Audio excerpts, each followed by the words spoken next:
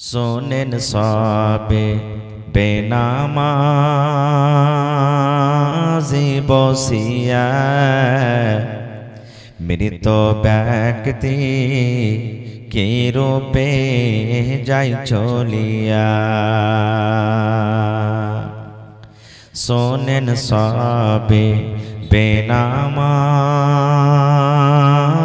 বসিয়া মৃত ব্যক্তি কি রূপে যাই চলিয়া। কাফন পরিয়া যখন নিয়ে যাবে কবরে মৃত ব্যক্তি কেন্দে কেন্দে বলিবে। কাফন পরিয়া যখন নিয়ে যাবে কবরে মৃত ব্যক্তি কেন্দে কেন্দে বলিবে। যে চারজনা নিয়ে যাবে কবরে সেই চারজনা যাবেন বোঝেন সঙ্গেতে। যে চারজনা নিয়ে যাবে কবরে সে চারজনা যাবেন বোঝেন সঙ্গেতে। অবশেষে সে চারজনা গেল না কবরেতে নামাইল দুইজনা। অবশেষে সে দুজনা গেল না অবশেষে সে চারজনা গেল না কবরেতে নামাইল দুইজনা। কবর থেকে সে দুজনা উঠিল মৃত ব্যক্তি কেন্দে কেন্দে বলিল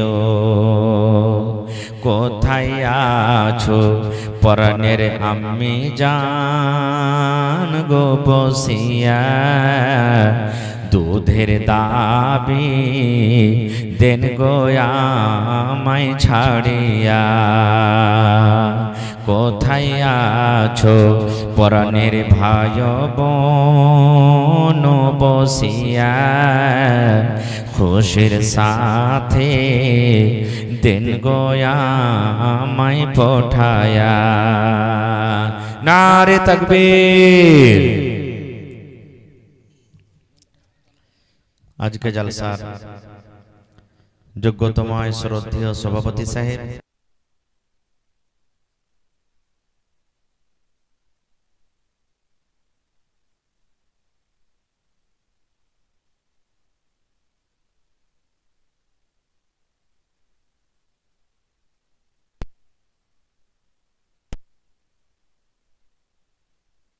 এই মহান আল্লাহ তাবারাক ওয়া তাআলা আজকে আমাদেরকে এত কাজ কাম থাকা সত্ত্বেও আরাম নরম গরমের বিছানাকে ত্যাগ করে এই জালসার প্যান্ডালে বসে কিছু বলার ও শোনার তৌফিক দিয়েছেন।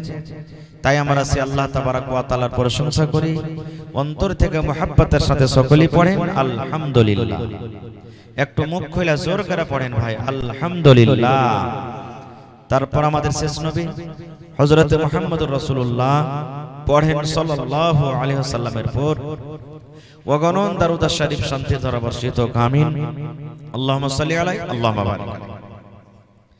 ভাই মুসলমান, আমি জানি আমার এই রামপুর গ্রাম আলহামদুলিল্লাহ খুব ভালো, কারণ যখন আমি চিলমারি মাদ্রাসাতে পড়াছিলাম আমার মাদ্রাসা থেকে যত টেম্পো এসেছে কালেকশন এসেছিল বা এই গ্রামের নাম শুনি যে কোনো গাড়ি যদি গ্রামে ঢুকে যায় 10,000, 15,000, 20,000 যে কালেকশন করে গ্রাম থেকে নিয়ে যাবে না, এরকম কোনোদিন হয়নি।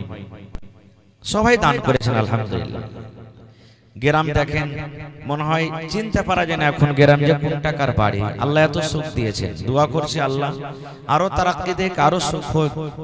তবে ভাই আজকে মাদ্রাসার জালসা, আর এটা হলো আপনাদের নিজস্ব মাদ্রাসা।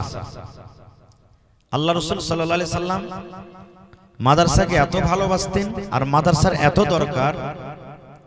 যারা হাজী সাহেব বা মক্কা গেছেন, মদিনা গেছেন, দেখেছেন মদিনাতে যেটা মসজিদ, মসজিদে নববী, মসজিদ যখন তৈরি করা হলো, তো ছেলে মেয়েরাকে, অর্থাৎ পড়ার এত দরকার, ইলমের এত দরকার, নবীজি বুঝলেন যে আল্লাহ রাসূল সাল্লাল্লাহু আলাইহি সাল্লাম মসজিদের বারান্দাতে, মসজিদে নববীর বারান্দাতে মাদ্রাসা কায়েম করে দিলেন। এখন আপনাদের মসজিদে পড়া হয়েছে না হয় না? হয়েছে, মাশাআল্লাহ। আর ওই পড়ার জন্যই মাদ্রাসা করা হবে, যার কারণে আজকে জালসা, নাকি? খুব খুশির কথা, কারণ মসজিদ পরে মাদ্রাসা আগে।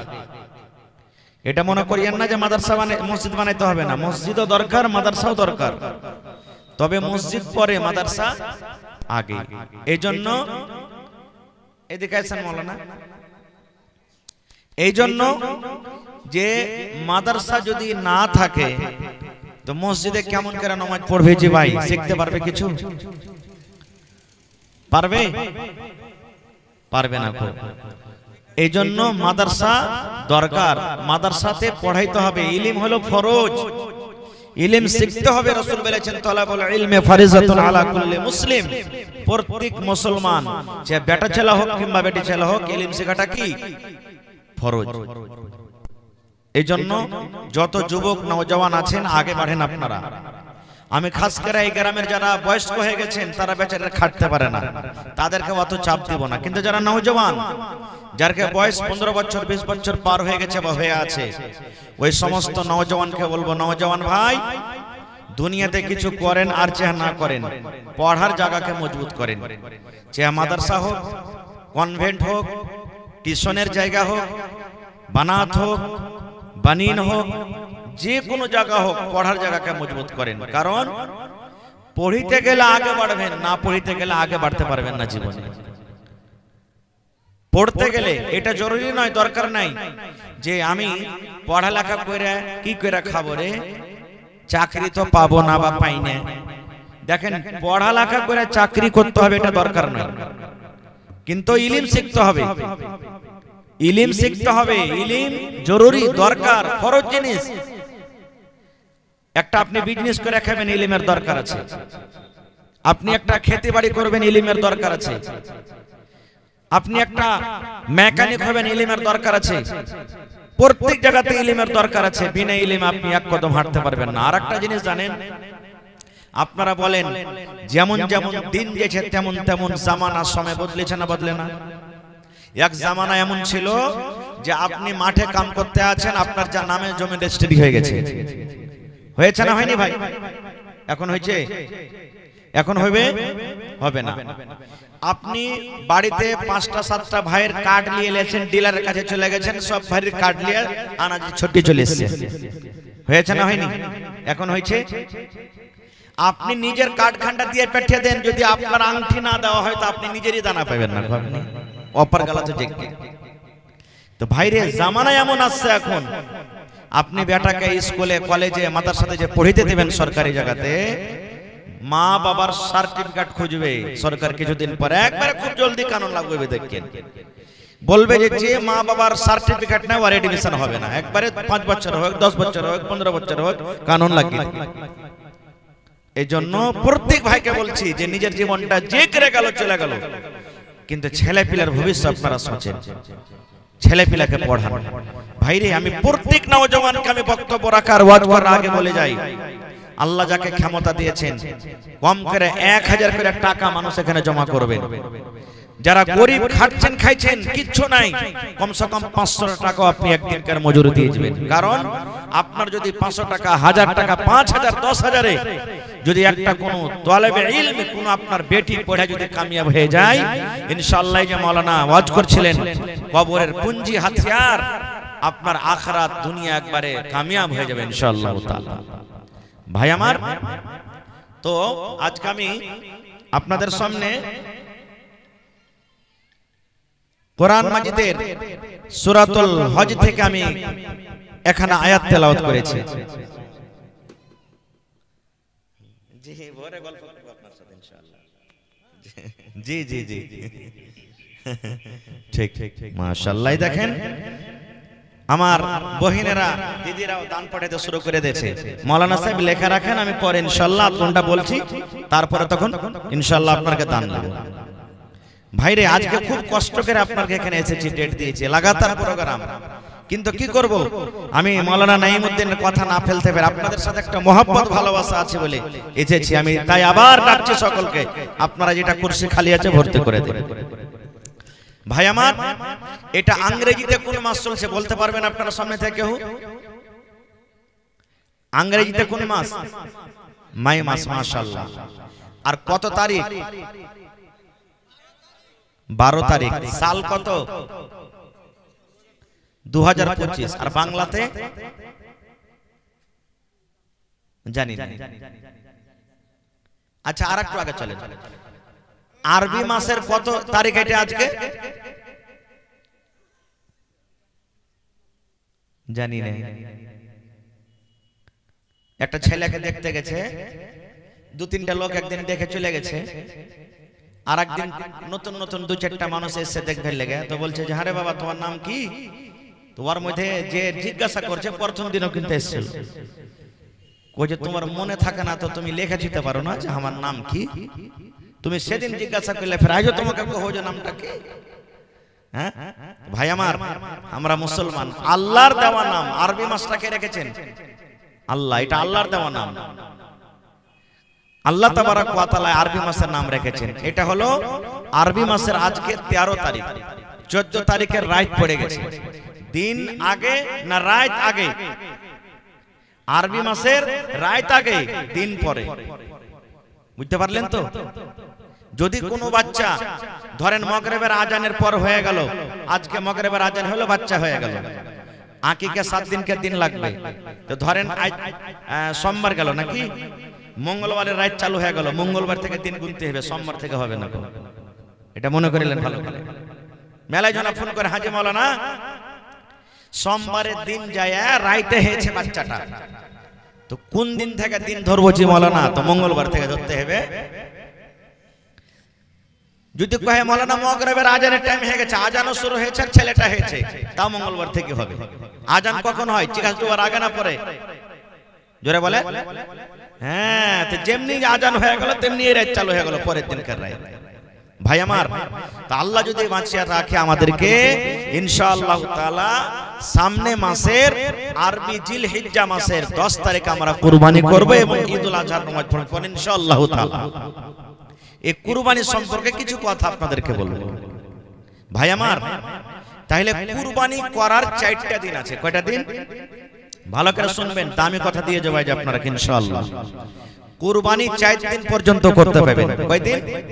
কথা বলেন, কয় দিন? 4 দিন। চাঁদের 10 তারিখ, চাঁদের 11 তারিখ, চাঁদের 12 তারিখ, চাঁদের 13 তারিখ। কয় দিন হলো? চাঁদের 10 তারিখে যদি কুরবানি করতে না পারেন তো চাঁদের 11 তারিখে করবেন। 11 তারিখে যদি করতে না পারলেন চাঁদের 12 তারিখে করবেন। চাঁদের 12 তারিখে না হলো চাঁদের 13 তারিখ পর্যন্ত আপনি কুরবানি করতে পাইবেন, 4 দিন। এবার রাসূল বলেছেন গোটা বছরে 5 দিন রোজা করা হারাম। কেউ যদি 5টা দিন রোজা করে তো আর নেকি না হয়, কি হবে? জোরে বলেন, কি হবে? গুনাহ হবে। রাসূলের হাদিস, আমার নয়। কি বলেছেন নবীজি? রে আমার উম্মতের দল, আল্লাহ রাব্বুল আলামিন গোটা বছরের মধ্যে 5টা দিন রোজা রাখা আল্লাহ রাব্বুল আলামিন হারাম করে দিয়েছেন। এই মায়েরাকে বলবো, খালারাকে বলবো, বোন রে 5টা দিনে যদি রোজা রাখেন আপনার রোজা হবে না হবে না হবে না, ওপর থেকে আল্লাহ রাব্বুল আমিন আপনার খাতাতে কিন্তু গুনাহ লিখে দিবেন।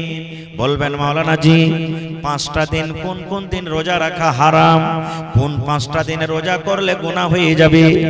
1 নম্বর নবী বলেছেন যেদিন রমজান মাস শেষ হয়ে যায়, রমজান মাস শেষ হওয়ার পর চাঁদের শাওয়াল মাসের 1 তারিখে আমরা ঈদের নামাজ পড়ি, নবী বলেছেন ঈদের দিন রোজা রাখা হারাম। একদিন হলো কি ঈদের দিন, যেদিন ঈদের নামাজ পড়ি। আর 4 দিন কখন? নবী বলেছেন এই যে জিলহিজ্জা মাস, কুরবানি যেদিন করব চাঁদের 10 তারিখে, চাঁদের 11 তারিখে, চাঁদের 12 তারিখে, চাঁদের 13 তারিখে, অর্থাৎ 10 থেকে নিয়ে 13 পর্যন্ত এই 4টা দিন রোজা রাখা হারাম। যদি কোনো মা, যদি কোনো খালা, যদি কোনো ভাই, যদি কোনো বোন, যদি কোনো দাদা এই 4টা দিন রোজা রাখে, নবী বলেছেন সে কিন্তু গুনাহ করলো, পাপ হয়ে গেল। এই 4 দিনের রোজা রাখা একবারে রাসূল বলেছেন হারাম। তাহলে গোটা বছরে কয়দিন রোজা রাখা মানা আছে? জোরে বলেন। 5 দিন রোজা রাখা মানা আছে। এবার একটা আপনাকে প্রশ্ন করব, বলবেন হাজি মাওলানা যখন 5 দিন রোজা রাখা হারাম হয়ে গেল, যে মাওলানা আপনি তো বললেন কুরবানির দিন রোজা রাখতে হারাম, কুরবানি যেদিন করবে সেদিন রোজা রাখতে হবে না। এই মাওলানা আমাদের গ্রামে এলাকাতে কত মা, কত ভাই, কত বোন যতক্ষণ পর্যন্ত কুরবানির জানোয়ার জবাই না হয় ততক্ষণ পর্যন্ত কিন্তু সেদিন রোজা করে থাকে যে মাওলানা, অর্থাৎ কুরবানির দিন কুরবানির নিয়তে যে রোজা করে থাকে, এটা হলো কেমন করে না? আপনার গ্রামে নাই? আছে না? কথা বলেন, আছে না নেই? হ্যাঁ, তাহলে কুরবানির দিন রোজা করাটা কেমন? রাসূল তো বলেছেন রোজা করা হারাম। আর আমার মায়েরা, খালারা, ভাইয়েরা মেলায় রোজা করে কুরবানির দিন। এই মুসলমান, প্রথম নম্বর কথা, কুরবানির দিন রোজা করা হারাম তো হারাম, নেকি পাওয়া যাবে না, গুনাহ হয়ে যাবে। ওপর থেকে কোনদিন হাফ বেলা অর্ধেক দিন কিন্তু রোজা হয় না, এবং জানোয়ারের জন্য শরীয়তে কোনো রোজা নাই। যদি কোনো মা, যদি কোনো খালা, যদি কোনো বোন, যদি কোনো নানি যদি এই ঈদের দিন, যেই দিন আমরা নামাজ পড়ে কুরবানি করব, সেই দিন 1 ঘন্টার জন্য, 2 ঘন্টার জন্য, 5 ঘন্টার জন্য যদি রোজা করে, সেই রোজাটাকে নবী বলেছেন হারাম হারাম, সেই দিন তোমার কিন্তু রোজা করা চলবে না, সেই দিন রোজা রাখা হারাম। তাহলে কি করতে হবে? হ্যাঁ আছে, আমার মাওলানারা বসে আছেন, জিজ্ঞাসা করবেন কি করতে হবে সেদিন। আল্লাহ রাসূল বলেছেন, হে আমার উম্মতেরা তোমরা শোনো, ঈদের দিন যদি তুমি নামাজ পড়তে যাও, নবী যখন ঈদের দিন নামাজ পড়তে যাইতেন তখন কিন্তু কিচ্ছু খাইতেন না। ফজরের নামাজ পড়ে নবীজি আমার, ফজরের নামাজ পড়ে নবীজি আমার চলে যেতেন, আর বিজোড় খাজুর খাইতেন, বিজোড় খাজুর। আল্লাহ রাসূল ঈদের নামাজ যখন পড়তে যান, যেই নামাজ আমরা রমজান মাসে রোজা রেখে যে নামাজটা পড়ি, ঈদুল ফিতরের নামাজ, আল্লাহর নবী নামাজ পড়তে যেতেন রে বন্ধু। ঈদের নামাজ পড়তে যাওয়ার আগে আগে ফজরের নামাজের পরে নবী আমার খাজুর খায়া বাড়িয়ে যেতেন। কয়টা খাজুর খাইতেন? বিজোড় খাজুর। বিজোড় খাজুরের কথা আছে, একটা হাজুর খাজুর তো বিজোড় খাজুর, 3টা হলো বিজোড় খাজুর, 5টা হলো বিজোড় খাজুর, 7টা হলো বিজোড় খাজুর, 9টা হলো বিজোড় খাজুর। আল্লাহর নবী যখন ঈদের নামাজ পড়তে যেতেন তখন বিজোড় খাজুর নবীজি খাইয়া যেতেন। এবার আপনিও যাবেন তো খেয়ে যেতে হবে আপনাকে। বলবেন হাজি মাওলানা খাজুর কোনটা পাবো? যদি খাজুর না পাই তো কি করবেন? তাহলে আন্ধারসা বার্তা আছে তো গোটা আন্ধারসা খেয়ে যেতে হবে নাকি? যদি আরো বেশি খাইতে পারেন তাহলে 3টা খেয়ে যেতে হবে, আরো যদি বেশি খাইন তো 5টা খেয়ে যেতে হবে, বিজোড় আন্ধারসা খাইতে হবে নাকি?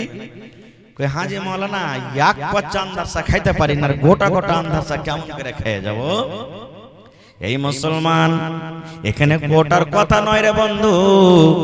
যদি আপনি গোটা আন্ধারসা খাইতে না পারেন, আপনি যে আন্দারসা ভেঙ্গে ভেঙ্গে মুখে দেবেন, আপনি এক টুকরা আন্দারসা আপনি মুখে দিয়ে দেন, না হলে 3 পিস মুখে দিয়ে দেন, না হলে 5 পিস মুখে দিয়ে দেন। এই টুকরা টুকরা কইরা কিংবা বাড়িতে বিস্কুট রাখা আছে, 1 খান বিস্কুট খেয়ে যান, কিংবা 3 খান বিস্কুট খান, কিংবা 5 খান খান, কিংবা ভাত খাইতে বসেছেন, 1 লোকমা ভাত খাবেন, কিংবা 3 লোকমা খাবেন, কিংবা 5 লোকমা রুটি খাইতে বসেছেন, 1 কামড় রুটি খাবেন, কিংবা 3 কামড় খাবেন, কিংবা 5 কামড় খাবেন। বিজোড়া যদি আপনি লোকমা খায় যান নেকি বেশি পাবেন, সুন্নাতের পরে আমল হলো। আর যদি কোনো মানুষ বলে যে না রে কিনবো না, আমি 2 খান বিস্কুট খেয়ে চলে যাব, আমি 2 কামড় রুটি খেয়ে চলে যাব, আমি 2 লালা ভাত খেয়ে চলে যাব, আমি জোড়া জোড়া খেয়ে চলে যাব, তাহলে তার জন্য কিন্তু গুনাহ হবে না, কিন্তু নেকিটা পাওয়া গেল না। তাহলে ঈদের নামাজ পড়িতে যেতে গেলে খেয়ে যেতে হবে, 1 নম্বর শিখলেন। এবার বকরা ঈদের নামাজ, নবী আমার নামাজ যখন পড়িতে যেতেন তখন কিন্তু বাড়িতে কোনো খানা পিনা খাইতেন না। সন্ধ্যাবেলাতে যে নবী খাবার খাইছেন, ওই খানা খাওয়ার পর নবীজি ফজরের নামাজের পর আর কিছু খাইতেন না। নবীজি ডাইরেক্ট খালি পেটে নামাজ পড়িতে চলে যেতেন। এবার নামাজ পড়তেন, নামাজ টামাজ পড়ে বাড়িতে চলে আসতেন, আর বাড়িতে আসার পর কুরবানির জানোয়ার জবাই করতেন, কুরবানি জবাই করতেন। আর কুরবানির জানোয়ার জবাই করে নবীজি সর্বপ্রথম খাবার ওই কুরবানির গোশত খেয়েছেন। এটা হলো সুন্নাত তারিকা, আর নাম রোজা নয়। এটা সুন্নাত তারিকা, কিন্তু আমরা করতে পারি না। রাসূল ফজরের নামাজ পড়ি সর্বপ্রথম কাম নামাজ পড়তে চলে যেতেন, বকরা ঈদের নামাজ। আর আমরা কি করব? আমারকে জামাত বড়জি এরকম দূর দূর থেকে আসতে হয়, তো 8টা 9টাতে আমরা টাইম দিব আর নামাজ পড়িতে যাব। আর নামাজ পড়তে ইদিক ওদিক করতে করতে 10টা 11টাতে বাড়ি আসবো, দিয়ে তখন কুরবানি জবাই করতে যাব। অতক্ষণ পর্যন্ত পেট খালি কুঁ করবে ভোকের জ্বালাতে, করবে না? জি না, একবারে যত পারবেন সকালে নামাজ পড়েলেন, আর নামাজ পড়ে এসে প্রথমে কুরবানির জানোয়ার জবাই করেন। আর জানোয়ার জবাই করে গোশত বানাইতে তো লেট হয় না, হবে আপনি আধ কেজি 1 কেজি 2 কেজি গোশত আপনি দিয়ে পাঠিয়ে দেন বাড়ি, এই রান্না বান্না করতে বলগা। এবার কোন রকম তাড়াঘোড়া করে ছেলে মিলে বাড়ি চলে গেলেন, তব তলক বাড়ির গোশত কি হলো, রেডি হয়ে গেল, আপনি ওই গোশত খাইলেন। এটা হলো সুন্নাত তারিকা, আর নাম রোজা লয়। যদি এখনো আপনারা করেন কোনো মা খালা ভাই যে না আমি বকরা ঈদের দিন সন্ধ্যাবেলাতে যা খাবো খাবো, আর খাবো না কুরবানি করা পর্যন্ত, এবার কুরবানি কইরা আইছে তখন আপনি কুরবানির গোশত খাবেন। রাসূল বলেছেন এটা সুন্নাত তারিকা, এর নাম যদি কেউ বলে রোজা তো গুনাহ হয়ে যাবে, পাপ হয়ে যাবে, এর নাম রোজা লয়। তাহলে কথাটা ক্লিয়ার হয়ে গেল নাকি? এবার শুনেন, আল্লাহ রাসূল সাল্লাল্লাহু আলাইহি ওয়াসাল্লাম বলেছেন যে মানুষরা কুরবানি করার ইরাদা করেছে, যারা কুরবানি করবে, কুরবানির জানোয়ার খরিদ করে নিয়েছেন, কিংবা এখনো কুরবানির জানোয়ার আপনি খরিদ করেননি, হয়তো আপনি কুরবানির দিন দিবেন, কুরবানির দিন খরিদ করবেন, কিংবা 1 দিন আগে খরিদ করবেন, 2 দিন আগে করবেন, 5 দিন আগে করবেন, ইরাদা আছে আপনার আমি কুরবানি করব, এই বছর আমি জানোয়ার কুরবানি করব।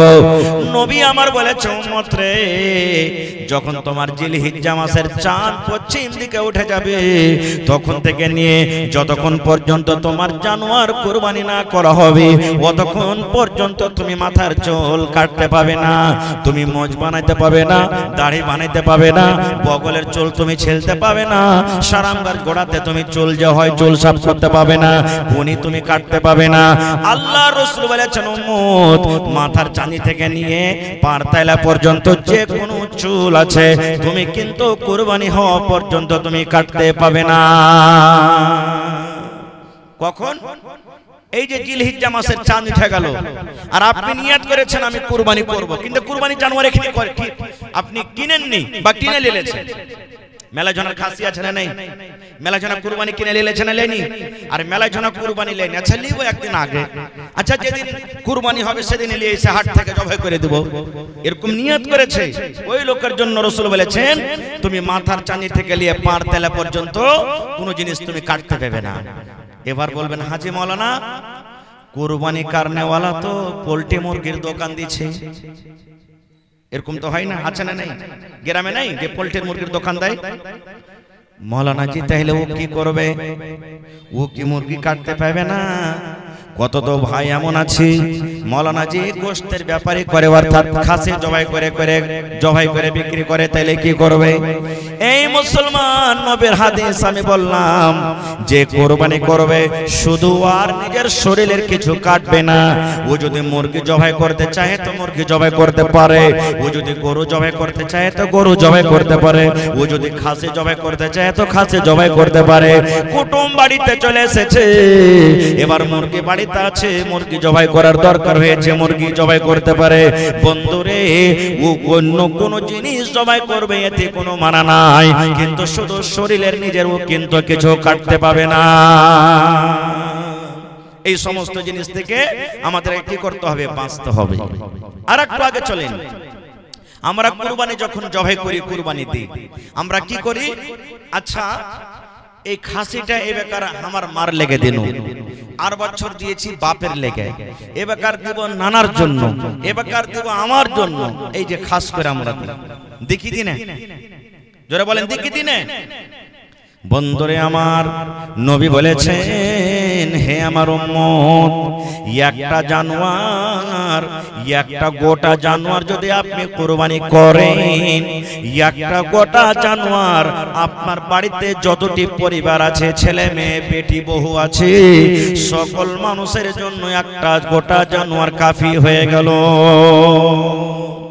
নিয়াতটা আপনি ভুল করে দিয়েছেন, যে বেকার মার জন্য দুনো, বেকার বাবার জন্য দুনো না, এরকম নিয়াত করতে হবে না। আপনাকে করতে হবে কি? আল্লাহ জি, আমি গোটা গরু দিয়ে দিলাম, আল্লাহ আমি গোটা ছাগল কুরবানি আমি করছি, এ রব্বুল আমিন তুমি আমার তরফ থেকে কবুল করো, আমার বেবির তরফ থেকে কবুল করো, আমার মায়ের তরফ থেকে কবুল করো, আমার আব্বার তরফ থেকে আল্লাহ কবুল করো, আমার বহুর তরফ থেকে কবুল করো, আমার বেটার তরফ থেকে আল্লাহ কবুল করো, আমার পোতার তরফ থেকে কবুল করো। এ রব্বুল আমিন, আমার বাড়িতে যত পরিবার আছে, মেয়ে ছেলে আছে, আল্লাহ সকল পরিবারের তরফ থেকে আল্লাহ জানোয়ারটাকে তুমি কুরবানি করলাম, কবুল করো। আপনি নিয়াত করবেন, সবাই নেকি পাবেন। আর একটা লোকের নিয়াত করবেন তো কয়টা লোক নেকি পেলে? তো কোনটা লাভ হলো? খালি নিয়াত আপনাকে করতে কি লাগা আছে? কিন্তু হ্যাঁ, উলামায়ে কেরাম, মুহাদ্দিসিনে কেরাম বলছেন, যদি আপনি ভাগাতে কুরবানি দেন। কিসে কুরবানি দেন? ভাগাতে। যেমন একটা গরুতে 7 জন দিচ্ছে, উটে 10 জন দিচ্ছে কি তাই না? ভাগাতে যদি আপনি কুরবানি দেন, তাহলে একটা ভাগা একটা লোকের নামই হবে। কেন একটা জানে 7টা না লোক হয়ে গেল যে ভাই, একটা ভাগা একটা মানুষের নামই হবে যদি ভাগাতে দেন। ভাগাতে যদি আপনি কুরবানি দেন, আর একটা গোটা জানোয়ার সকল পরিবারের তরফ হয়ে গেল। এবার বলবেন যে হাজি মাওলানা, আমরা কি করছি? ভাগাতে একটু কম পড়ছে কিনা, খালি ভাগার দিকে দৌড়িয়ে দৌড়িয়ে চলে যাচ্ছে। আমি এটা ফতোয়া দিই না যে ভাগাতে কুরবানি হবে কি হবে না, এটা আমি বলি না, কিন্তু আমরা কি করছি? ভাগার দিকে দৌড়িয়ে দৌড়িয়ে যাচ্ছি। কুরবানির যখন টাইম আসছে, নেয় যে মুলি সাহেব হাতে টাকা পয়সা নাই, কোন রকম এদিক ওদিক করে এই 2-2,500 টাকা জমা করেছে, এবার কুরবানির কিনতে যাব। ভাই রে, ওই লোকটারই যখন বেটির বিহা লাগবে, বেটার বিহা লাগবে, গালাকে ভোজ খাওয়ার লেগে একবার হন হয় না 25,000 টাকার গরু কিনে লিছে, জবাই করে খাওয়াইছে খায় না বলেন। আর যখন কুরবানির যখন টাইম আসবে, তখন কবে গোটা পারবো না, তখন ভাগার দিকে যাবে। আরে ভাই, এটা তো ইবাদত। ইবাদতে যদি আপনি পারবেন না, তো তখন তো আপনি ওই বাড়িতে যখন ভোজ লাগছে, তখন একটা জানোয়ারকে কেমন করে আপনি খাইয়ে দিতে পারছেন? হ্যাঁ, এই জন্য নিয়াত করেন প্রত্যেক মানুষ একটা করে জানোয়ার জবাই করবেন, কুরবানি করবেন। আর একটু আগে চলেন, কুরবানি কি হিসাবে করতে হবে? আল্লাহ রাসূল আল্লাহ তাবারাক ওয়া তাআলা কোরআনে সূরাতুল হজ বলেন, লা ইয়ানালাল্লাহু লুহুমুহা ওয়ালা দিমাউহা ওয়ালাকিন ইয়ানালুহুত তাকওয়া মিনকুম। আজ সোমবার গেল, মেলাই ভাই কুরবানি কিনেছে, যারা কিনেনি সামনে হাটে কিনবে, কিনতে থাকবে। 10 জন 5 জন কইছে গেছে, হবে সুলাইমান কোটি টাকাতে কুরবানি নিয়েছে, ওয়ার্কাটা বুঝিন 25,000 টাকা। কই যে হারে হতলা তুই কোটিতে নিয়েছিস? কই যে ওয়ার্কের থেকে 2,000 টাকা বেশি রে ভাই, 27,000 টাকা। কই যে আচ্ছা ওই আব্দুর রহমান কোটিতে নিয়েছে, কই যে ওয়ার্কাটা 30,000 টাকা। এই করতে করতে শেষে তখন কইবে, তোরটা কোটি রে ভাই, বোকা চোদা, যেমন তেমন জিনিস কুরবানি দেব নাকি? হ্যাঁ আবে তেল চুইছে খালি আমারকে, তেল চুইছে খালি আমারকে জানোয়ারে, গোটা গ্রামে ওরকম জানোয়ার কেউ কেনেনি, এরকম জানোয়ার হন হয় না একবারে কিনেছে। 7 জন যদি চড়েলি না সব থেকে একবারে ফুলসারা তো হড় হড় হড় করে পার করলে চলে যাবে। এই যে দেখেন আল্লাহ রাব্বুল আলামিন বলেন লা ইয়ানালাল্লাহু লুহুমুহা, হে আমার বান্দারা শোনো রে, যখন তোমরা কুরবানি করবে, কুরবানি যখন করবে আল্লাহ রাব্বুল আলামিনের দরবারে তোমাদের কুরবানির গোশত কিন্তু আল্লাহর কাছে পৌঁছে না, ওয়ালা দিমাউহা, এবং আল্লাহ রাব্বুল আলামিনের দরবারে কুরবানির খুন কিন্তু পৌঁছে না। তুমি 50,000 টাকাতে কুরবানি কিনেছো, 40,000 টাকা তুমি কুরবানি কিনেছো, 1 লাখ টাকাতে তুমি কুরবানি কিনেছো, 10,000 5,000 তুমি কুরবানি কিনেছো। আল্লাহ বলেন বান্দারে তুমি কোন জানোয়ার কিনেছো, কত টাকাতে কিনেছো এটা আমার দেখা নয়, তোমার জানোয়ারটাতে কত কেজি চর্বি হবে এটা আমার দেখার নাই, তোমার জানোয়ারের ভিতরে কত কেজি রক্ত হবে খুন হবে এটা আমার দেখা নাই রে বান্দা। আল্লাহ বলেন আমি দেখি শুধু তোমার দিল খান দেখি, তোমার আমি অন্তর খান দেখি, কোন নিয়তে কোন অন্তরে তুমি কুরবানি করো, এই দিল খানা আমি শুধু আল্লাহ রাব্বুল আমিন দেখি। তোমার জানোয়ারের আমার ভোক্কা নয়, দরকার নয়, আমি শুধু তোমার দিল খানটাকে দেখি, দিল দেখি আমি। এই ভাই মুসলমান, মা খালারা বলে 4 জন 5 জন মা খালা বসে গেছে, হাজি বাবু তোমার আতরের বাপকে কুরবানি টুরবানি দিয়েছে, কি করবো জি বাবু, কি করব কুরবানি দেওয়ার তো মন ছিল না, কিন্তু কহিনু যে দুঃখ সুখ করে কুরবানি দাও, না দিবে তো 5টা কুকুর শিয়াল আছে কার দুয়ারে তাকাইবে। বলছে কি বলে না ভাই, আপনারা বলেন, বলে না বলে না? এই দেখেন 5টা কুকুর শিয়াল আছে মানে ছেলে পিলা আছে, কার দিকে তাকাইবে? আব কহেন কার দিকে তাকাইবে মানে গোশ খাওয়ার লাগে কুরবানি হলো, এতে কি নেকি পাওয়া যাবে? জোরে বলেন নেকি পাওয়া যাবে? যাবে না ভাই আমার। তো এই সমস্ত জিনিস থেকে, রিয়াকারি থেকে আমাদেরকে বাঁচতে হবে। কুরবানি কার জন্য হবে? জোরে বলেন কার জন্য? আল্লাহ তাবারাক ওয়া তাআলার জন্য কুরবানি হবে ভাই আমার। এইবারে আপনাদেরকে জানা দরকার সর্বপ্রথম দুনিয়াতে কে কুরবানি করেছিলেন? আল্লাহ তাবারাক ওয়া তাআলা যখন থেকে জমিন আসমানকে বানালছেন তখন থেকে নিয়ে দুনিয়াতে সব থেকে আগে কুরবানি কে করেছেন আর কেন করলেন? সব থেকে আগে আদম আলাইহিস সালামের বেটা হাবিল এবং কাবিল কুরবানি করেছেন। আর কিসের জন্য জানেন? একটা মেয়ে ছেলে, বেটি ছেলের জন্য। এই জামানাতে নিজের ভাই বোন যদি বিয়ে শাদী করতে চায় তো হালাল না হারাম? জোরে বলেন, আরো জোরে বলেন। হারাম। নিজের মার পেটের ভাই বোনের সাথে বিয়ে করা চলবে না। দুধ মা দুধ ভাই বোনের বিয়ে করা চলবে না। যেমন নিজের ভাই বোন হারাম, এরকম দুধ বোন দুধ ভাইয়ের সাথে বিয়ে করা হারাম, এটা শরীয়তের ফয়সালা। এবারে আপনার বাড়িতে একটা স্ত্রী আছে আর ওরই একটা আরো বোন আছে, ছোট হোক কিংবা বড় হোক। এই স্ত্রীটাকে যদি বাড়িতে রেখেছেন আর আরেকটা বোনকে আপনি বিয়ে করে চলেন, অর্থাৎ শালীকে বিয়ে করলেন, চলবে? জোরে বলেন চলবে? চলবে না, হারাম। কেন?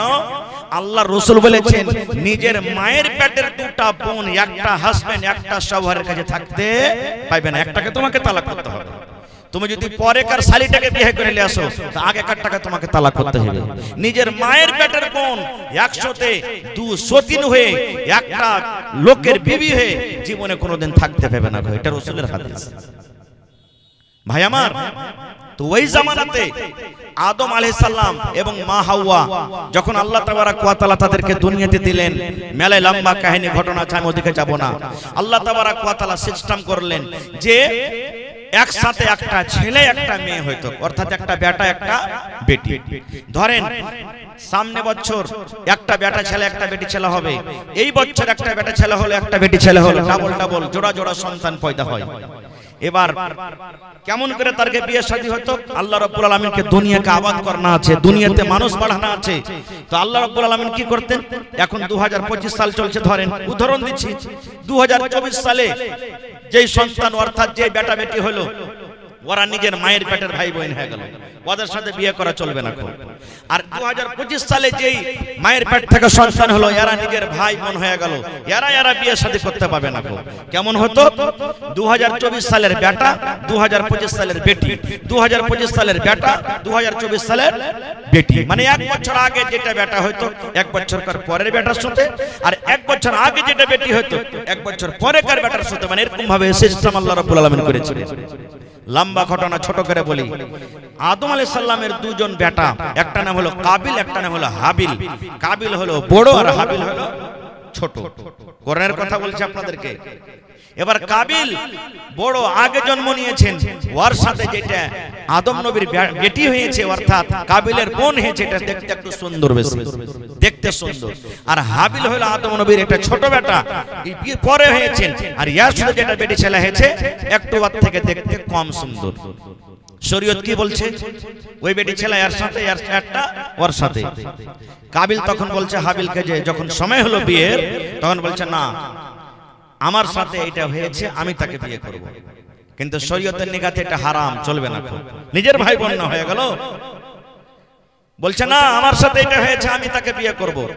কাবিল বলছে হারে ভাই, এটা তো আমার স্ত্রী হবে, এটা শরীয়ত বিরোধী তুমি কাজ করতে গেছো, আমার সাথে যেটা হয়েছে ওকে তুমি বিয়ে করো আর ওকে আমি করব। বলছে না, তোর কথা শোনা হবে না।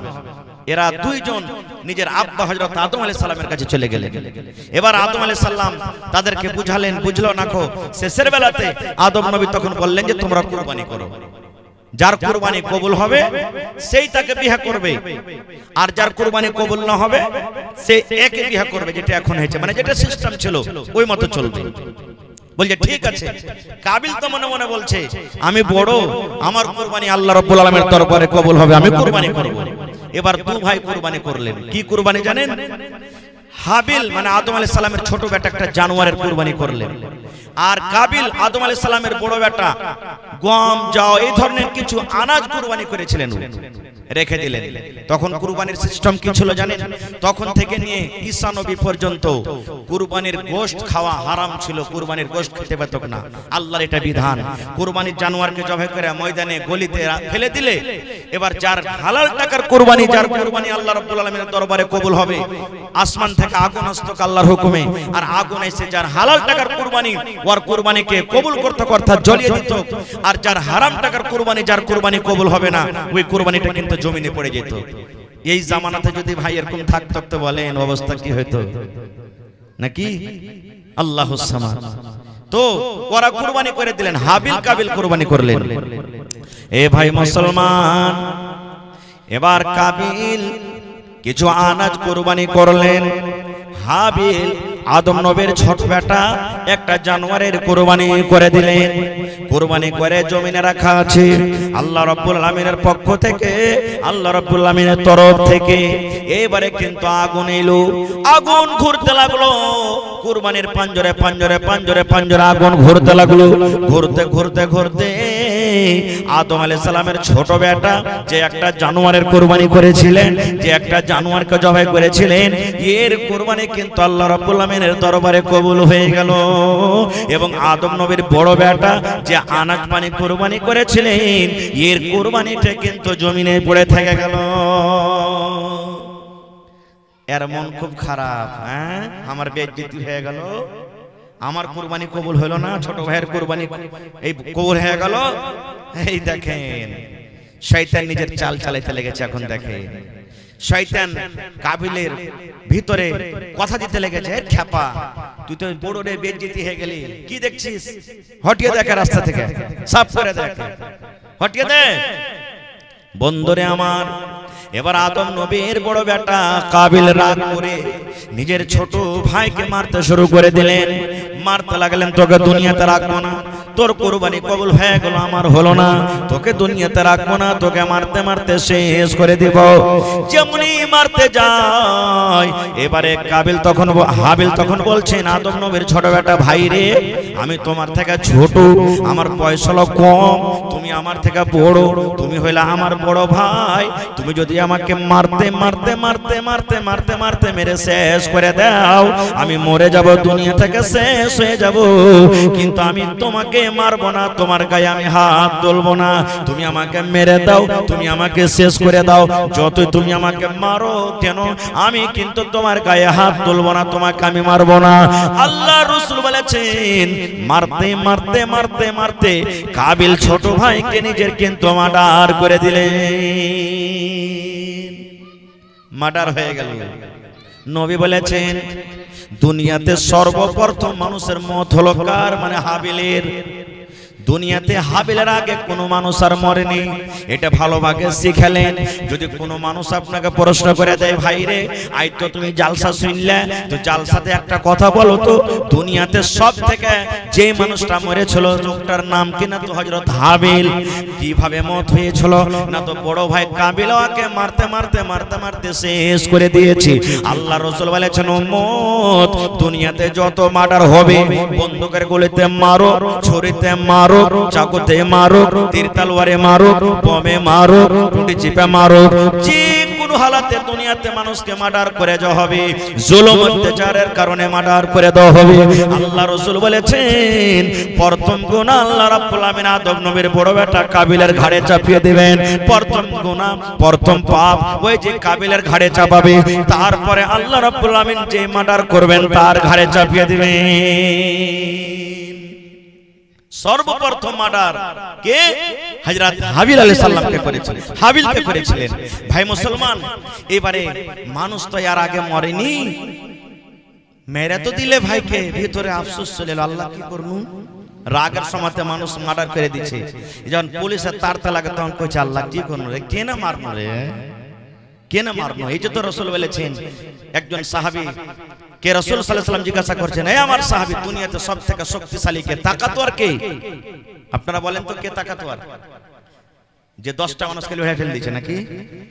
হ্যাঁ, যে 10 জনকে একবারে লাঠিতে সতে দিতে পারছে। বন্দুক সবথেকে তাকাতওয়ার, বম তাকাতওয়ার, একটা ফেলতে গেলে সব শেষ হয়ে যাবে। মিসাইল তাকাতওয়ার নাকি? নবী আমার বলেছেন না রে না, দুনিয়াতে তাকাতওয়ার কে সব থেকে কে? নবী আমার বলেছেন এমন রাগ উঠে গেছে, এমন রাগ উঠেছে মনে হয় বিবির ঝুঁটি খান ধরে তাকে পাড়া পাড়া পাড়া পাড় দুটা চড় মেরে দি। এমন রাগ হয়েছে মনে হয় ভাইয়ের গলাতে ছুরি দিয়ে ভাইকে মেরে ফেলে দি। এমন রাগ হয়েছে পেটার পরে, এমন রাগ হয়েছে মনে হয় খুঁট বেড়াতে এক মাথাতে দিয়ে মাথাটাকে ভেঙে দি। আল্লাহ রাসূল বলেছেন উম্মত সব থেকে দুনিয়াতে তাকাতওয়ার হলো শক্তিশালী ওই লোকটা যখন রাগ উঠে যাবে নিজের রাগটাকে কন্ট্রোল করবে, রাগটাকে যে একবারে কন্ট্রোল করে দিবে। রাসূল বলেছেন সবথেকে তাকাতওয়ার শক্তিশালী হলো ওই। আমার ভাইরা দেখেন কত ভাই এমন আছেন, বিবি যদি একটু উল্টা পাল্টা করে ও তো মানুষ করবে, খুঁট বেড়ে নেবে, লাঠি নেবে আর বলে হালের বেটি হালে হট তোকে বাড়তে ছোব না, মারতে মারতে মারতে আর ঝুঁটিকে ধরে হটাইতে হটাইতে বাহির করে দিবে রোড থেকে, আর দুয়ারে বসে করে বাড়িতে খালি সামনে ডক্টর কাঠ খড়াকে ঝরিয়ে দেবে। রাসূল বলেছেন কেন তুমি এরকম করছো তোমার বিবিকে? তুমি ওকে রাগ করে বাড়ি থেকে বাহির করে দিলে, ও যদি কোহরের সাথে পালিয়ে যায়, ও যদি কোহর কোনো মানুষের হাত খানটাকে ধরে নেয়, ওর পরে যদি কেউ হামলা করে দেয় তাহলে পাপটা যে তোমারই হবে। দ্বিতীয় কথা রাসূল বলেছেন তুমি যখন মারবে তা আদবের মার মারো, বেয়াদবের কেন মার মারছো? ওর চেহারাতে মারিও না, গালখানে মারিও না। তুমি এখন রাগ করে মেরে দাগ ফেলে দিলে, আর 1 ঘন্টা 2 ঘন্টা পর তোমার রাগটা যখন ঠান্ডা হবে তখন তুমি যে পস্তাইবে, বেকার তোকে মারনো রে, দেখতে কত গালখানে দাগ পড়ে গেছে, মুখখানে দাগ পড়ে গেছে। রাসূল বলছেন যে না, ওর চেহারাতে তুমি মারিও না। কিন্তু আমরা কি বুঝছি ভাই, মারতে যখন লাগছে ওরে আল্লাহ 4-5 বাড়ির মানুষ এসে জমা হচ্ছে, এত জোরে জোরে মারছে। আর কত মা খালায় এমন আছে লক্কলি লাগানি, একটু আর পুরুষ খালি যদি ডাঁটে কিনা তো এমন করে চিল্লাবে যে কি হয়ে গেল, এরকম আছে কোনো মা খালা না। ভাই আমার মার্ডার হয়ে গেল, আর মাটি দিবে কেন কেন? কারণ মানুষ তো এর আগে মরেনি। আমরা তো জানছি যে মানুষ মরতে গেলে ওকে মাটি দিতে হবে, বেয়াদবি হলে মাফ করবেন। আজকে আমাদের সমাজে এমন হয়েছে, গ্রামে যদি মাইয়া থেকে যাই তো মুখ দেখাতা কি করবো, হবে ওইটা যে ওয়ার মডেলের পঞ্চায়েত, তো আমরা কেন কবর খুঁড়তে যাবো? ওয়ার মডেলের পঞ্চায়েত আছে তো ও যাবে কবর খুঁড়তে। এই দেখেন না, মডেল পঞ্চায়েত এটা আমরা না করেছি ভাই, আমরা না দুনিয়াতে এটা করেছি, আল্লাহ আল্লাহ রাসূল তো করে জানেন। আমি আগে আপনার আমি মুসলমান মুসলমান মুসলমান ভাই, কত ভাই আছেন এখন পর্যন্ত ধোয়াইতে জানে না, মাইয়া ধোয়াইতে জানে না। কত ভাই আছে কবর খুঁড়তে জানে না যে কবরটা কিভাবে খুঁড়তে হয়, কারণ আগে আসে না, শিখে না। কাবিল কিন্তু দিশাহারা হয়ে গেল। আল্লাহ কি করব, লাশটাকে কোলে করে ঘাড়ে করে নিয়ে খালি টুহে বাড়ে পাগলের মতন। আল্লাহ কি করব, এই লাশটাকে কি করব? এ ভাই মুসলমান, আল্লাহ রাব্বুল আলামিন দুটা পাখিকে পাঠিয়ে দিলেন। কি পাঠাইলেন? দুটা পাখিকে পাঠিয়ে দিলেন। কাবিল ছোট ভাই হাবিলের লাশ নিয়ে বসে আছেন। এবার পাখি দুটা সামনে দিকে আছে, সামনে দিকে পাখি লড়াই করতে লাগলো। আদম নবীর বড় বেটা কিন্তু দেখছে পাখিতে লড়াই করছে। লড়াই করতে করতে করতে করতে করতে আল্লাহ রাসূল বলেছেন একটা পাখি আরেকটা পাখি কিন্তু মার্ডার করে দিল, একটা পাখি মরে গেল। যখন পাখিটা মরে গেল, যে পাখিটা মেরে দিল ওই পাখিটা নিজের লোলে, নিজের চোঁচে কিংবা নিজের পায়ে পাখাতে এরকম ভাবে মাটি হটিয়ে হটিয়ে হটিয়ে হটিয়ে সুন্দর করে ওই মরা পাখিটাকে ওই জায়গাতে দফন করে চলে গেল। এবারে তখন কাবিল জানতে পারলো, আল্লাহ রে, মানুষ যখন মরে যায় এরকম ভাবে তাকে জমিনে দফন করতে হয়, এরকম ভাবে জমিনে দফন করতে হয়। আরে আমি কত খেপা মানুষ, আমি কত পাগলা মানুষ, নিজের ভাইকে আমি মেরে দিয়ে, নিজের ভাইকে আমি মার্ডার করে দিয়া আমি দফন করতে জানলাম না, আর আমার সামনে দুটা পাখি এসে কিভাবে দফন করে চলে গেল। ভাই মুসলমান দেখলেন? তাহলে সর্বপ্রথম কুরবানি করেছিলেন কে? হাবিল আর কাবিল। এই করতে করতে করতে করতে করতে সিলসিলা আস্তে আস্তে আস্তে, কারণ সময় খুব লম্বা হতে ইচ্ছে, শর্টে বলছি। এবার যখন ইব্রাহিম নবীর জামানা চলে এলো, ইব্রাহিম নবীর ৮০-৮৫ বছর বয়সে গেছে ভাই, একটা ছেলে পিলা হয়নি, একটা সন্তান হয়নি।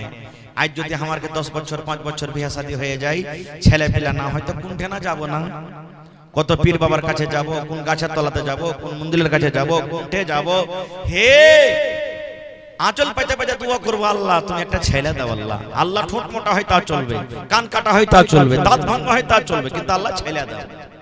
হা হা হা, এটা বল দোয়া। যখনই আল্লাহর কাছে চাইবেন ভালো দোয়া চাইবেন, ভালো দোয়া করেন।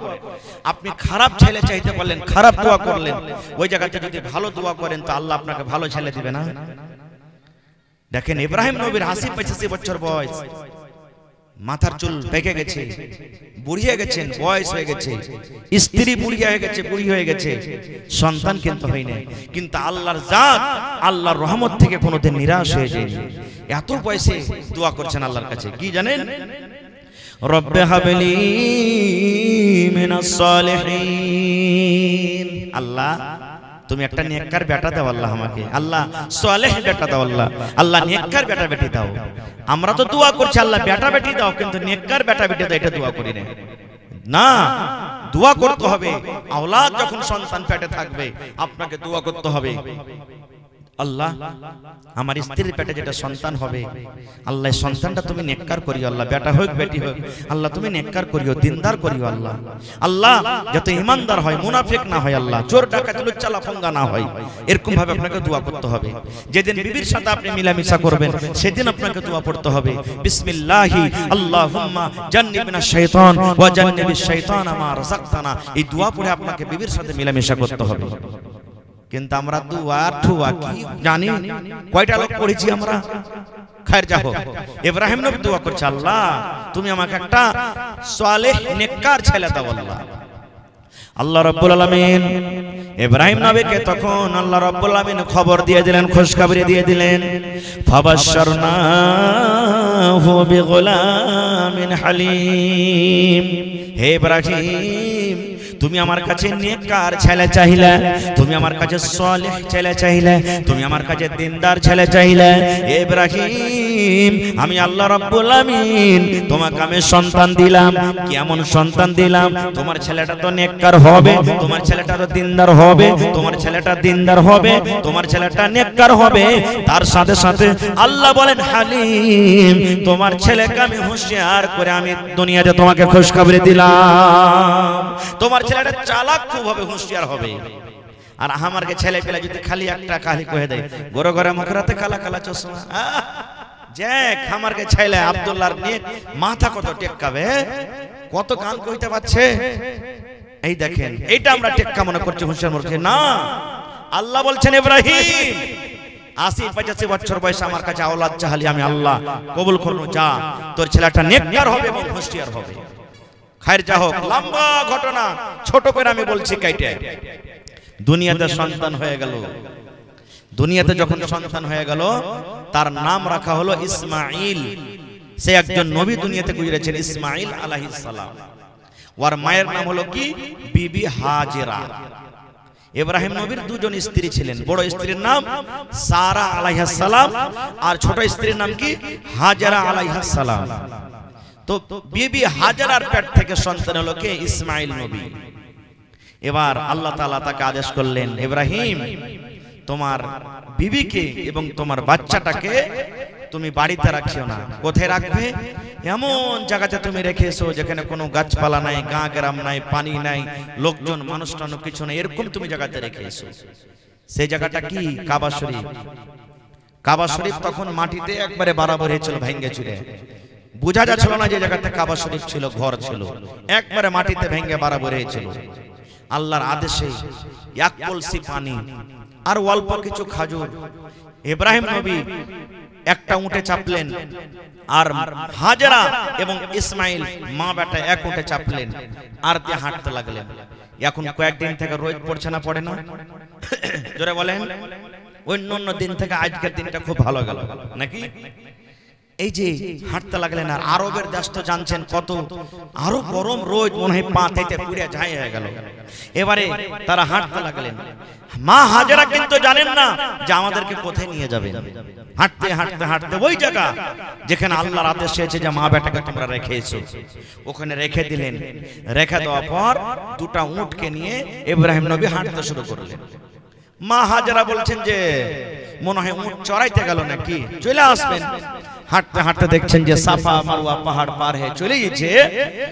তখন বলছেন যে না, মা হাজেরা বুঝে নিলেন যে কি ব্যাপার, হাঁটতে হাঁটতে চলে গেছে এখান থেকে। তখন পিছন থেকে বলছেন, ও আল্লাহর দোস্ত ইব্রাহিম, কোথায় আছেন আপনি? আল্লাহ বলেছিলেন যে পিছন দিকে তুমি মুখ করে ঘুরতে পাবে না। দেখে নিয়ে একবার, আপনি দিল্লি, পাটনা, পাঞ্জাব গেছেন, গাড়িতে চড়ছেন, আপনি বলছেন কি ভালো হয়ে থাক রে বেটা, মা ভালো হয়ে থাক, আব্বা ভালো হয়ে থাকো, চলে গেলেন।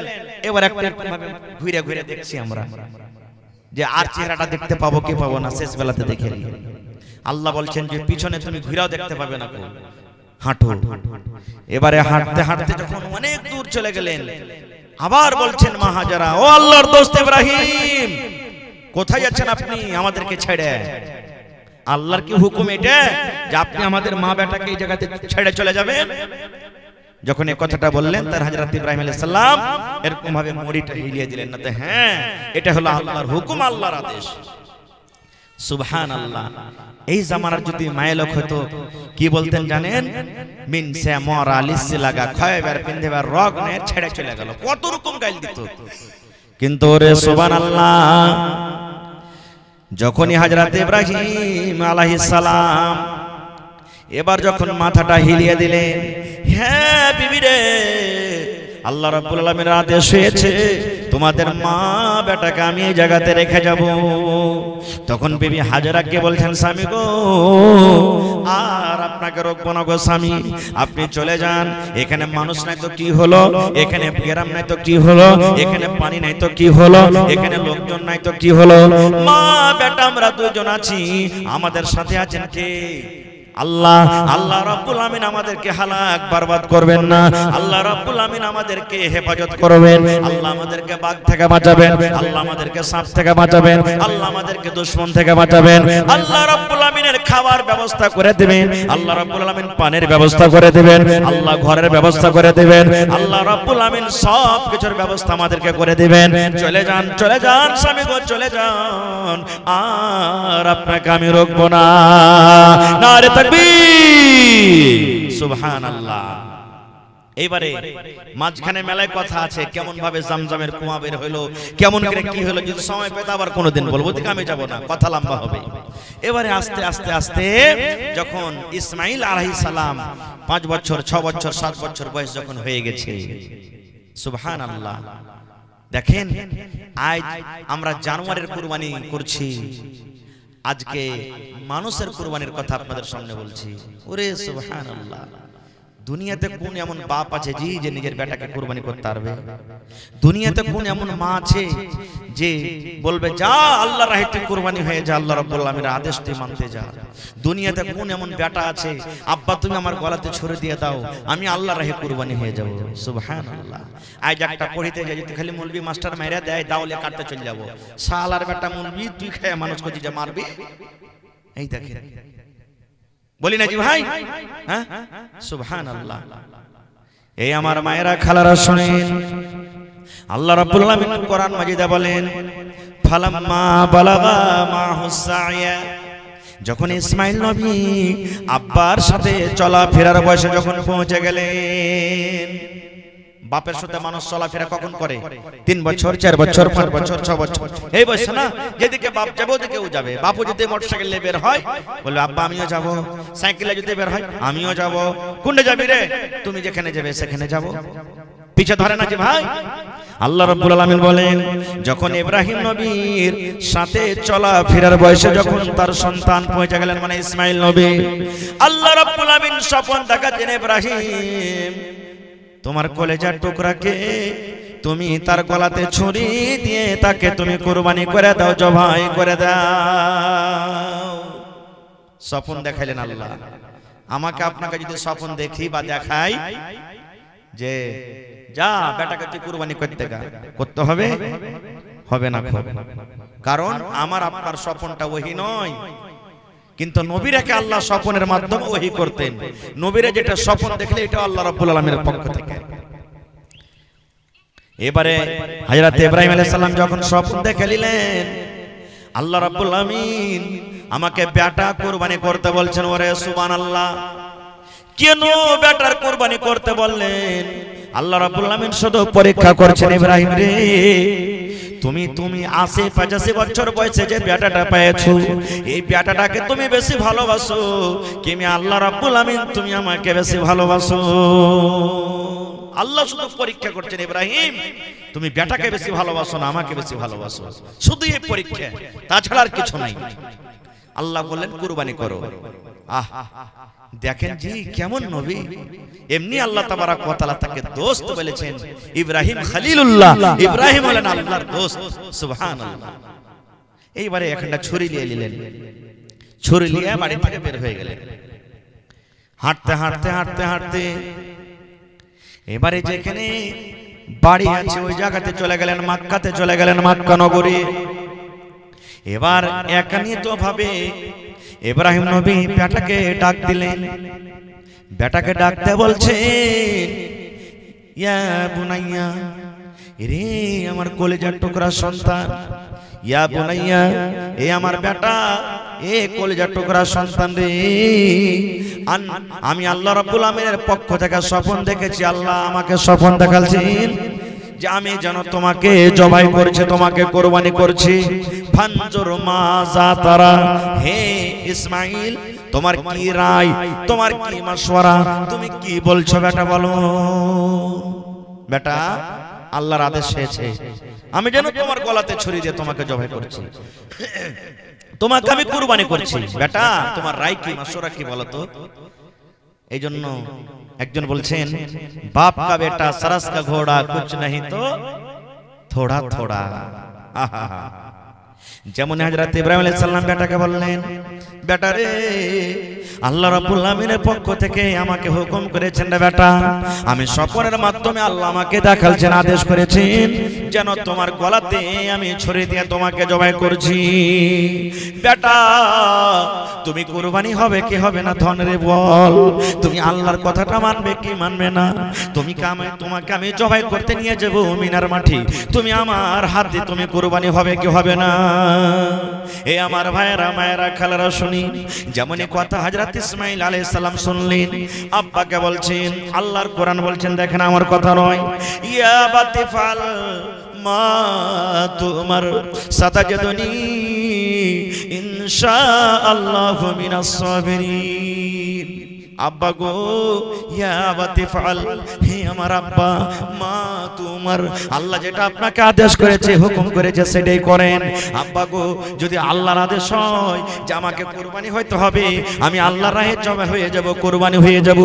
আব্বা গো তুমি আমার গলাতে ছুরি দিয়ে তুমি আমাকে জবাই করে দাও, আমি কুরবানি হয়ে যাব, জবাই হয়ে যাব। সাতাজাদুনি ইনশাআল্লাহু মিনাস সাবিরিন। আব্বা যখন উট জবাই হয়, উটটা কত ছটপট ছটপট করে, গরু যখন জবাই হয় গরুটা কত ছটপট ছটপট করে, যখন দুম্বা জবাই হয় দুম্বাটা কত ছটপট করে। আব্বা যখন ছাগল জবাই হয় ছাগলটা কত ছটপট করে। যদি ইচ্ছা করলে উটকে যদি বেঁধে না রাখে, গরুটাকে যদি বেঁধে না রাখে, গরুটা শরীর তলা থেকে পালিয়ে যাবে। হযরত ইসমাঈল বলছেন আব্বা আমি ওই জানোয়ারের মতন হব না, আমি তোমার শরীর তলা থেকে পালিয়ে যাব না, আমি ছটপট ছটপট করব না, আমি হাত হেলাবো না, পা আমি হেলাবো না, মুড়িটা আমি হেলাবো না।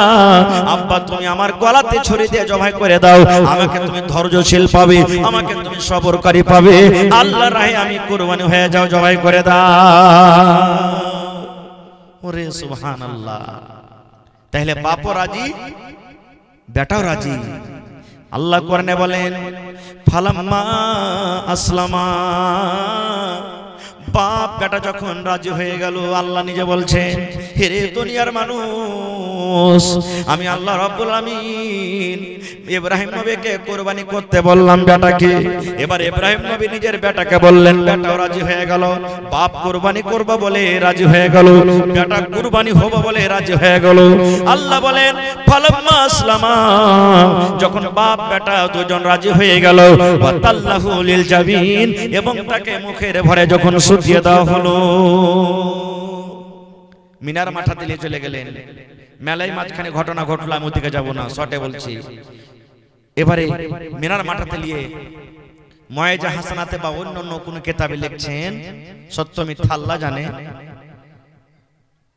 হয়তো মানুষরা বোঝার জন্য লিখেছেন কোন মুসান্নিফ, যে যখন কুরবানি করতে যাবে ওই টাইমে ওই সময়তে ইসমাইল নবী আব্বাকে বলছেন কিছু কথা। কি কথা জানেন?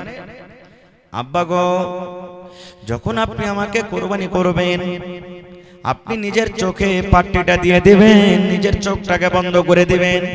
কেন বন্ধ করবেন? যখন আপনি কুরবানি করতে যাবেন, যখন ছুরিটা আমার গলায় দিতে যাবেন, তখন হয়তো আমার দেখে আপনাকে মায়া লেগে যাবে, দয়া লেগে যাবে। এই জন্য আব্বা জান আপনি নিজের চোখে পট্টি বেঁধে নেবেন, যেন ছুরিটা ঘুষতে আপনাকে দয়া মায়া না লাগে, আল্লাহর হুকুমটা যেন আপনি পালন করতে পারেন। একটা কথা এটা বলেছিলেন। আর কি বলেছিলেন জানেন? ইসমাইল নবী বলেছিলেন আব্বা গো যখন আপনি আমাকে কুরবানি করে বাড়িতে চলে যাবেন, দয়া করে আমার জামা কাপড়গুলো আপনি খুলেলেন। কেন খুলেলেন? মা বাড়িতে আছে, আমার জামা কাপড় যখন আমার মা দেখবে, আমার জামা কাপড়ে রক্ত লেগে আছে, খুন লেগে আছে, হয়তো আমার মাকে দয়া লেগে যাবে, মায়া লেগে যাবে, আমার মা হয়তো কত কাঁদবে আমার জন্য। এই জন্য আব্বা তুমি আমার এই জামা কাপড়কে খুলে দাও। এই ধরনের কিছু কথা বলেছিলেন। আল্লাহু আলাম। ভাই আমার এবারে ছুরি কিন্তু ঘুষতে যাবে। ওরে সুবহানাল্লাহ। আল্লাহ রাব্বুল আমিনের যত দুনিয়াতে ফেরেশতা আছেন সব ফেরেশতা কাছে আল্লাহ কি তোমার ইমতিহান, কি তোমার পরীক্ষা, যত দুনিয়াতে জীবজন্তু আছে ওরে আল্লাহ সবাই কিন্তু আল্লাহ পেরেশান হালাতে আছে। আল্লাহ কি হলো, কেমন তোমার পরীক্ষা? আজকে একটা বাপ নিজের গলাতে ছুরি দিবি, আজকে নিজের বেটাকে গলাতে ছুরি দিয়ে জবাই করবে। আল্লাহ আল্লাহ কি হলো, কেমন পরীক্ষা? ওরে সুবহানাল্লাহ। হযরত ইব্রাহিম আলাইহিস সালাম নিজের বেটার গলাতে ছুরি দিতে যাবেন রে বন্ধু, জবাই করতে যাবেন। এরকম টাইমে আল্লাহ রাব্বুল আমিন জিবরিল ফেরেশতাকে ডাকতে বলছেন, জিবরিল রে আমার পাগলটাকে দেখ, দেখ রে দেখ, বেটাকে ছুটিয়ে দিয়েছে আর হাতে ছোরা নিয়ে নিয়েছে। যতক্ষণ পর্যন্ত জবাই না হবে অতক্ষণ পর্যন্ত কিন্তু হটবে না। যা রে জিবরিল যা যা জান্নাতের ভিতরে চলে যা, জান্নাত থেকে একটা জানোয়ার নিয়ে এলে, জান্নাত থেকে একটা দুম্বা নিয়ে এলে, আর ওই দুম্বা তুই তাড়াতাড়ি করে চলে যা মিনার মাঠে, মিনার ময়দানে আমার ইসমাইলকে তুমি তার ছড়ির তলা থেকে টেনে নাও এবং ইসমাইলের জায়গাতে জানোয়ার দুম্বাটাকে তুমি রেখে দাও। আল্লাহ রাব্বুল আলামিনের আদেশে এবারে জিবরিল আমিন এবারে তখন ওই দুম্বা নিয়ে এসে হাজির হয়ে গেলেন। ইসমাইল নবীকে তার ছড়ির তল থেকে টেনে নিলেন, দুম্বাকে তার সামনে শুইয়ে দেওয়া হলো। বিসমিল্লাহি আল্লাহু আকবার বলে জবাই করে দিলেন। যেমন জবাই হয়ে গেল, দুম্বা কেটে গেল। ইব্রাহিম নবী তো জানেন না, মনে করছেন মনে হয় আমি আমার বেটাকে আমি জবাই করে দিলাম। এবারে যদি পট্টি হটিয়ে দেখছে, বাস নামো দিকে যখন দেখছে তখন দেখছে আরে আমি তো একটা জানোয়ার জবাই করলাম, দুম্বা জবাই করলাম। সামনে দেখছে জিবরিল ফেরেশতা দাঁড় হয়ে আছে, বলছে কই আমার ছেলে ইসমাইল কই? হযরত জিবরিল আলাইহিস সালাম বলছেন, হে আল্লাহর দোস্ত, হে আল্লাহর নবী, আল্লাহ রাব্বুল আমিন আপনাকে শুধু পরীক্ষা করার জন্য আদেশ করেছিলেন তুমি বেটাকে কুরবানি করো। আল্লাহর শুধু পরীক্ষা ছিল ইব্রাহিম রে তুমি ৮০ বছর বয়সে আমাকে বেশি ভালোবাসো না তোমার বেটাকে বেশি ভালোবাসো, এই পরীক্ষা করার জন্য আল্লাহ আপনাকে আদেশ করেছিলেন। আপনি পরীক্ষাতে পার হয়ে গেলেন, আপনি ইমতিহানে পাস করে গেছেন, আল্লাহর ইমতিহানে আপনি পাস হয়ে গেছেন।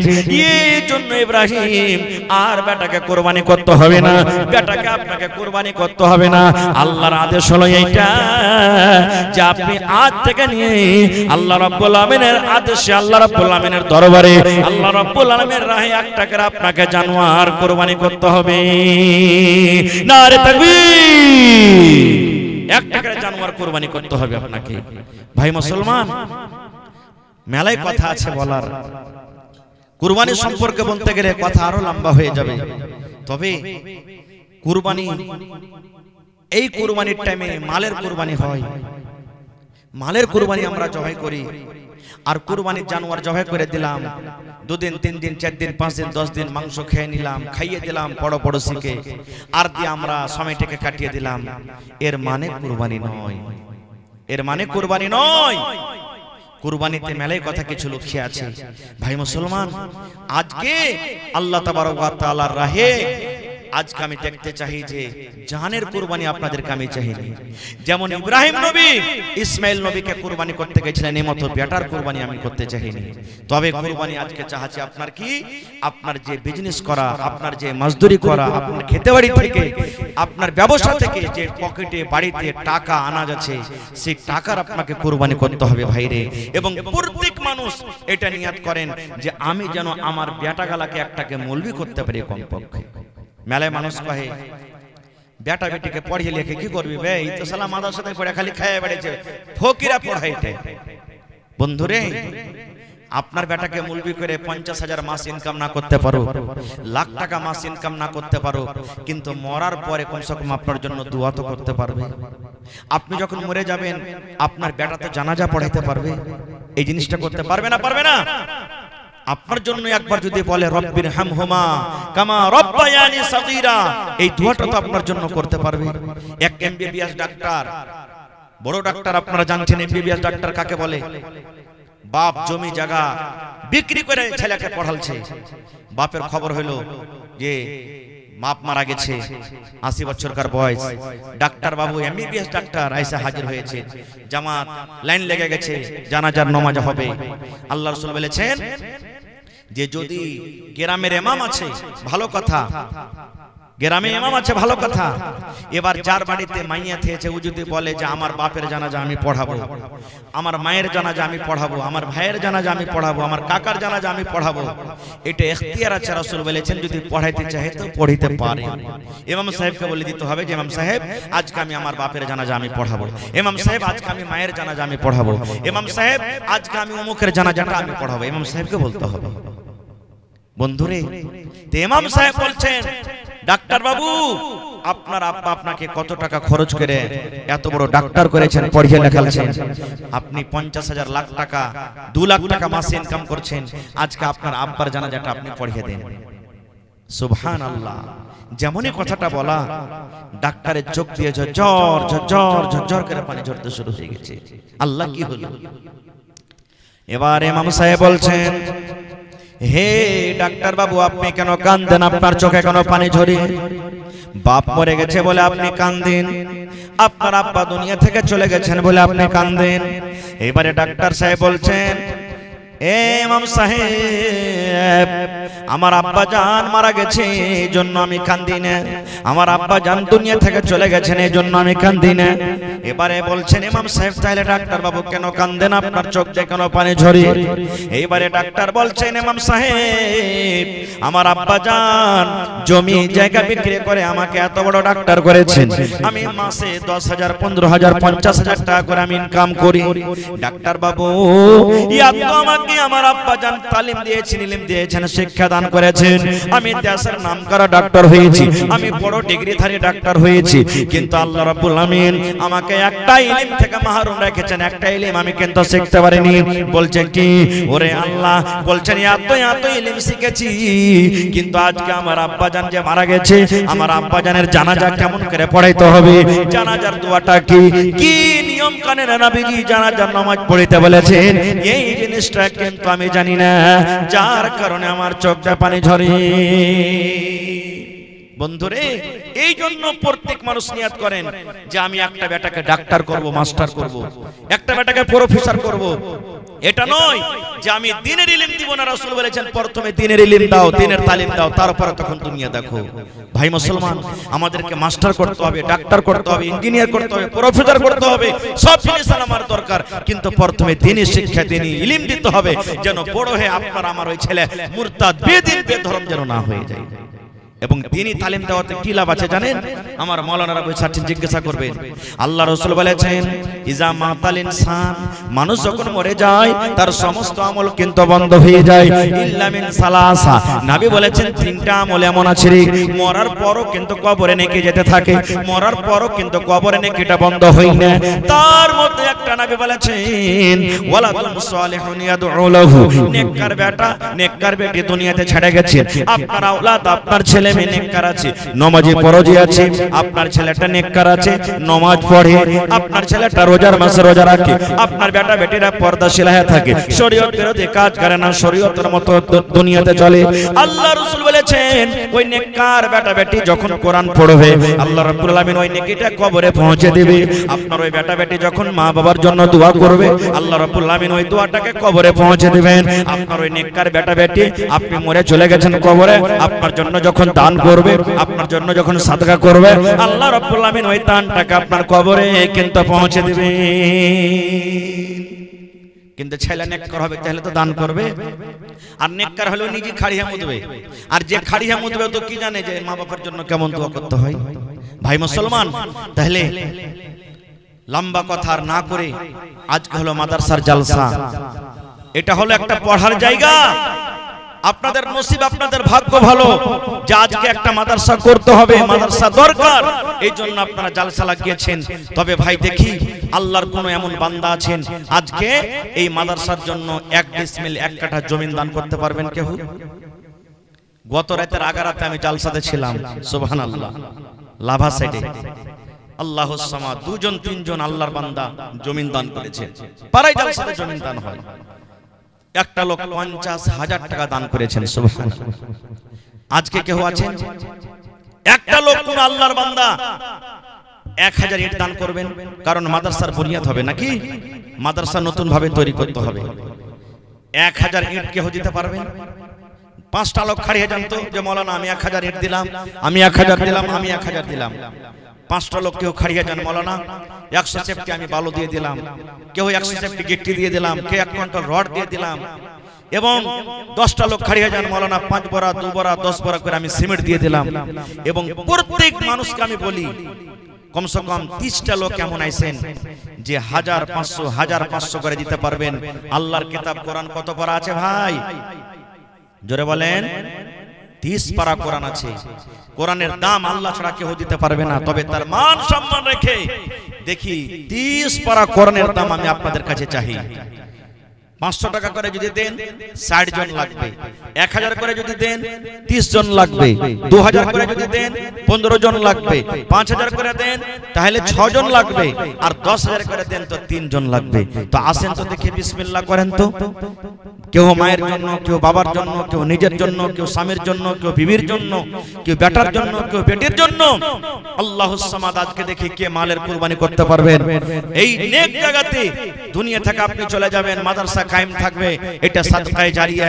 আল্লাহ রাসূল বলেছেন যত বাচ্চারা পড়ালেখা করবে আপনার মাদ্রাসাতে, যত হরফ পড়বে, মরার পরও আল্লাহ তাবারক ওয়া তাআলা কবরের ভিতর আপনার নেকি জারি করে দিবেন। আসেন দেখি। কারণ আমাদের মধ্যে থেকে কত মা বাপ কবরে চলে গেছেন, ওরা কিন্তু মুখে বলতে পারে না, রে আব্দুল্লাহ আব্দুর রহমান আমার জন্য দান করে বেটা, এরা বলতে পারে না। আমরা যখন দুনিয়া থেকে চলে যাব আমরাও কিন্তু বলতে পারবো না। ছেলে মেয়েরা দান করবে কি করবে না সেটা আল্লাহ জানে, আপনার জন্য দান করবে কি করবে না সেটা আল্লাহ জানে। এই জন্য মওতের আগে মওতের তৈয়ারি করে আমাদেরকে যেতে হবে। নিজের হাতে দান করে যান, বেশি ভালো, সবথেকে আফজাল, উত্তম। দেখি একটা লোক প্রথমে 1000 ইট কিংবা 1 গাড়ি বালু কিংবা 100 সেফটি গিট্টি কিংবা 1 কুইন্টাল রড কিংবা 1 ডেসিমেল 1 কাঠা জমি কে দান করতে পারবেন। এবং প্রথমে